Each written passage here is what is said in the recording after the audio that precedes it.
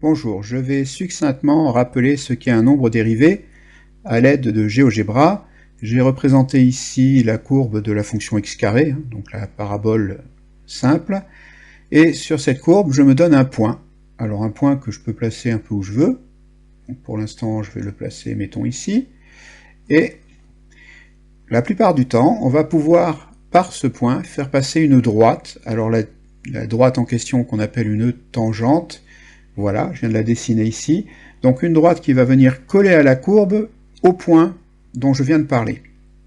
Alors, on peut définir cette droite de façon rigoureuse à l'aide d'une limite, c'est dans le cours, mais pour l'instant on va se contenter juste de regarder cette tangente. Donc je fais déplacer le point A, et vous voyez donc comment se comporte la tangente au point quand je déplace le point A. Vous avez donc toujours cette droite qui en théorie ne coupe la courbe qu'en un point localement et qui vient donc coller à la courbe de la fonction. Donc je me replace à peu près où j'étais tout à l'heure, en x égale à 2. Et puis en fait, cette droite, si je peux la trouver, je peux en calculer la pente, le coefficient directeur pour être plus précis.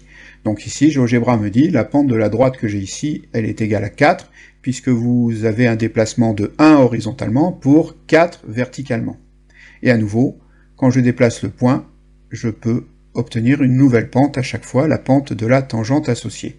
Eh bien, la pente de cette droite, c'est tout simplement le nombre dérivé. Donc, par exemple, la figure qui est là me dit que le nombre dérivé de la fonction x carré en 2, puisque l'abscisse du point A c'est 2, eh bien c'est 4. Si je déplace un peu le point A, que je me mets au point d'abscisse 1 cette fois-ci, eh bien la pente est égale à 2, donc là, le nombre dérivé de la fonction carré en 1, ce sera 2.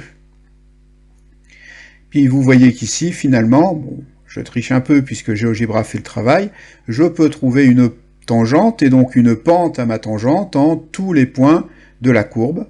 On dira à ce moment-là que la fonction carré est dérivable en tout point, est dérivable sur R, et la fonction qui va me permettre à chaque fois de donner le nombre dérivé, c'est la fonction dérivée. Donc la fonction dérivée de la fonction x carré en 1, elle me donne 2. La fonction dérivée de la fonction x carré en 2, pardon, c'est ici, elle me donne 4. La fonction x dérivée de x carré en moins 1 a pour valeur moins 2. La fonction dérivée de x carré en moins 2, c'est un peu long à dire, c'est moins 4. Donc on peut éventuellement ici se rendre compte, et ça sera démontrable, que en fait la fonction dérivée de la fonction x carré, à chaque fois elle vous donne 2 fois la valeur de l'abscisse. Pour moins 2, moins 4, pour moins 1, moins 2, pour 0, 0, pour 1, 2, pour 2, 4, et donc on pourra démontrer que la fonction x carré a pour dérivée la fonction 2x. Donc en résumé de la vidéo précédente, le nombre dérivé en a d'une fonction, c'est le coefficient directeur de la tangente au point d'abscisse a de la courbe de cette fonction. Et on le note f' de a. Si pour tous les petits a, pour toutes les abscisses d'un certain ensemble de nombres d, vous pouvez trouver un nombre dérivé, alors on dira de la fonction f qu'elle est dérivable sur l'ensemble d. Et dans ce cas, la fonction qui est donc définie sur d par x donne f' de x s'appellera la fonction dérivée de f. Donc une des techniques qu'on utilise avec la dérivation, c'est pour trouver l'équation de cette fameuse tangente. Je vais donc chercher à savoir quelle équation doit vérifier un certain point M, donc mettons ici, dont les coordonnées seraient x, y, pour qu'il soit sur cette tangente. Et bien pour qu'il soit sur cette tangente, il faut que le coefficient directeur de la droite AM soit égal au coefficient directeur de la tangente. En effet, les deux droites passant par le point A, si en plus elles sont parallèles, de même coefficient directeur, elles seront confondues. Je calcule donc le coefficient directeur de ma droite AM, et c'est ym moins ya sur xm moins xa, et il doit être égal au coefficient directeur de la tangente, qui par définition est f' de a. Je transforme un peu, j'ai dit que ym et xm, je les appelais tout simplement x et y, de même y de a, puisque a est sur la courbe, c'est f de petit a, et x de a, c'est petit a lui-même.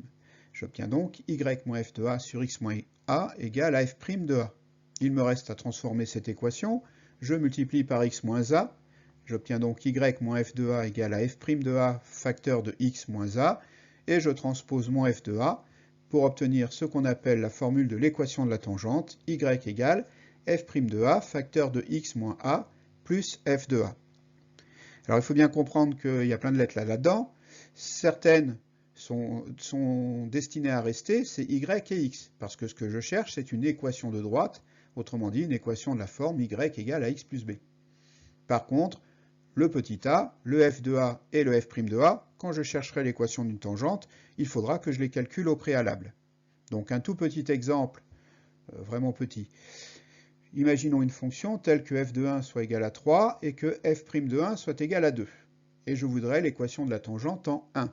Eh bien, j'applique la formule qu'on vient d'établir, à savoir y égale f' de a facteur de x moins a plus f de a, et je remplace les nombres que je peux remplacer. Et vous voyez que y et x, eux, vont rester, ils font partie de l'équation de la droite.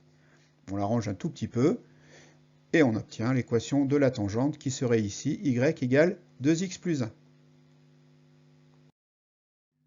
Le point absolument essentiel à propos de la dérivée, c'est qu'elle va nous permettre très souvent d'étudier les variations d'une fonction. En effet, le nombre dérivé, c'est le coefficient directeur de la tangente. Et la tangente, elle colle à la courbe. Autrement dit, au voisinage de A sur ma figure, si la tangente est croissante, représente une fonction croissante pour être plus précis, eh bien la fonction elle-même devrait être croissante, et si la tangente est décroissante, comme elle colle à la courbe à cet endroit-là, bon, c'est un petit peu vaseux ce que je vous dis, la courbe devrait être décroissante aussi. Or, on sait, quand on a une fonction, la tangente, elle représente une fonction affine, or on sait quand on a une fonction affine, c'est variation. Ça dépend uniquement du coefficient directeur. Quand le coefficient directeur est positif, la fonction est croissante. Quand le coefficient directeur est négatif, la fonction est décroissante. Or, le coefficient directeur de la tangente, c'est le nombre dérivé. Donc tout ça m'amène au résultat suivant. Si sur un certain intervalle, vous trouvez la dérivée toujours positive, eh bien la fonction sur cet intervalle, elle sera nécessairement croissante. Et bien sûr, si sur un intervalle donné, vous avez une dérivée qui est tout le temps négative, eh bien sur ce même intervalle, vous savez que la fonction est décroissante. Bien, jusque-là, on a parlé des fonctions dérivées, mais on n'en a pas trouvé beaucoup, à part la dérivée de x carré que je vous ai expliqué au début. Comment on trouve les fonctions dérivées? Eh bien, en général, on les calcule, et pour les calculer, on commence par avoir un petit stock de fonctions dérivées, je vais dire standard, qu'il faut connaître. Si par exemple, ma fonction est une constante, f de x égale k, ça signifie une fonction constante. Si vous imaginez sa représentation graphique, elle est horizontale, et donc les tangentes à cette droite sont la droite elle-même, et puisqu'elle est horizontale, son coefficient directeur est 0. Donc quand une fonction est constante, le nombre dérivé vaut 0 en tout point, la fonction dérivée est donc nulle. Si maintenant votre fonction s'écrit a fois x, vous avez à nouveau une fonction affine de coefficient directeur a.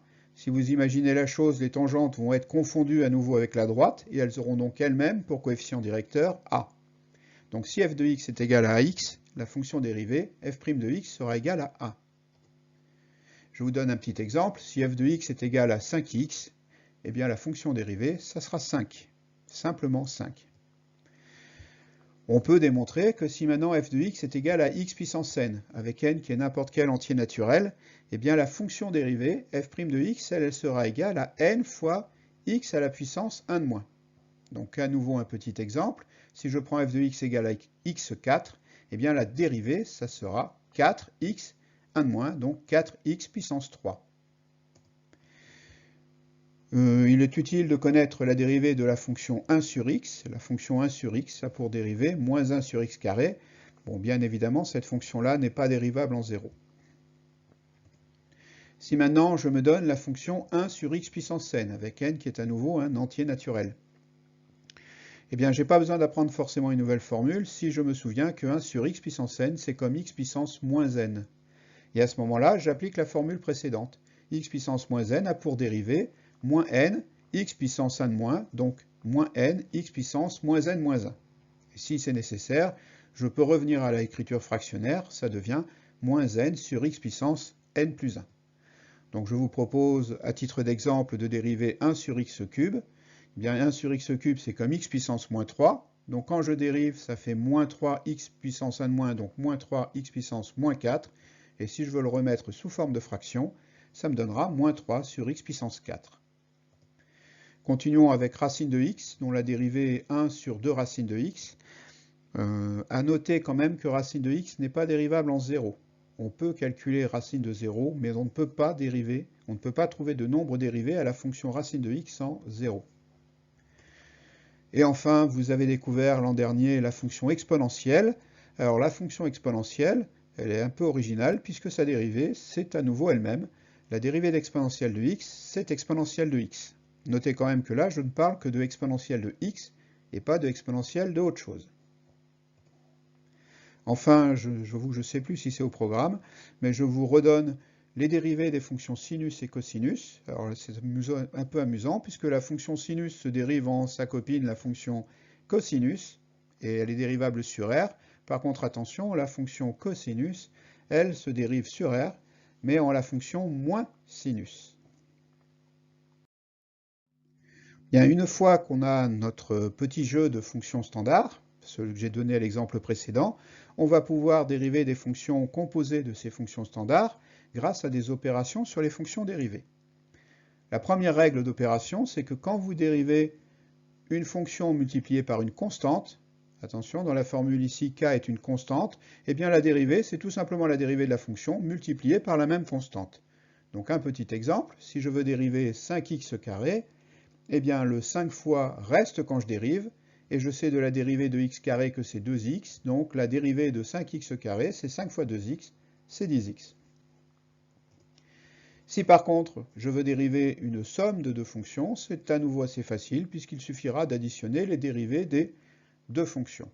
Donc je vous propose par exemple de dériver x4 plus x2, c'est une somme de deux fonctions, je dérive la première, x4 devient 4x3, et je dérive la seconde, x carré devient 2x. Malheureusement, les choses se compliquent après. Si je veux dériver le produit de deux fonctions, eh bien ce n'est pas le produit des dérivées. C'est la formule qui vient de s'afficher, c'est beaucoup plus compliqué. C'est la dérivée de la première fois la seconde, plus la première que je vais multiplier par la dérivée de la seconde. Un petit exemple avec par exemple x fois sinus x. J'ai bien ici un produit de deux fonctions, la fonction x en premier, la fonction sinus x en second, et donc la dérivée de cette fonction va consister à dériver la première, dérivée de x 1, que je multiplie par la seconde, donc par sinus x, plus, je garde la première ce coup-ci, donc x, mais je dérive la seconde qui devient cosinus x. Et j'obtiens donc sinus x plus x cosinus x. Le pire reste à venir, c'est la dérivée du quotient. Alors la dérivée du quotient, elle est vraiment piégée. Vous avez à nouveau dérivée de la première fois la seconde, mais cette fois-ci c'est moins la première fois la dérivée de la seconde, et il ne faut pas oublier de diviser tout ça par le carré de la fonction qui divise. Donc un petit exemple qui ne s'est pas affiché, je pense qu'il viendra après. Donc on peut utiliser la formule précédente dans un cas particulier, si je remplace v par u et u par 1, et donc la dérivée de 1 sur u, c'est moins u' sur u carré. Si vous retenez cette nouvelle formule, ça vous évitera parfois les lourdeurs de la formule précédente. Oui, donc voilà l'exemple qui arrive. Je vous proposais f de x égale à 3x plus 1 sur x carré plus 1. À ce moment-là, j'applique la formule de u sur v, c'est dérivée de la fonction du haut, donc seulement 3, facteur de la fonction qui est en bas, donc x carré plus 1, moins, je garde la fonction du haut, 3x plus 1, et je la multiplie par la dérivée de la fonction du bas, et la dérivée de x carré plus 1, c'était 2x. Tout ça sur v au carré, autrement dit sur x carré plus 1, le tout au carré. Le reste est assez simple, hein, je développe et je réduis. Notez cependant que on a vu précédemment que les dérivées servent essentiellement à étudier les variations de fonctions, que pour ce faire on a besoin de connaître leur signe. Donc quand on a un carré au dénominateur, c'est très pratique pour le signe, donc en général on ne développe jamais le carré qui se retrouve au dénominateur. Voilà pour ce rappel express sur les fonctions dérivées.